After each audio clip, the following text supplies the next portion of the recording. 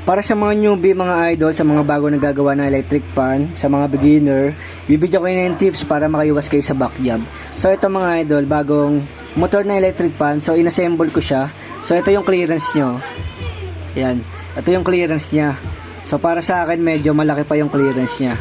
So dito papasok yung gaano kahalaga yung spacer. Yan, saka yung washer natin. So kapag masyado kasi malaki yung clearance natin mga idol, medyo mabilis siya mag-init yung pinakamotor niya. So kailangan dadagdagan natin siya ng washer. Ito manipis. Yan, pag nasalpa ko na to mga idol, saktong-sakto na yung ano nito. Yung clearance niya. So ito mga idol, para makaiwas kayo sa back jab.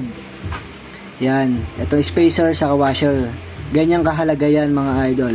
Kapag na-try nyo yan, so medyo matagal na masisira yung yung electric pan na ginagawa niya. So ngayon kakalasing ko, tapos lalagay ko to yung pinaka washer niya. Ito mga idol, nakabitan natin yung washer na manipis. So tingnan natin kung yung clearance niya. Ayun, sobrang ganda ng clearance niya mga idol.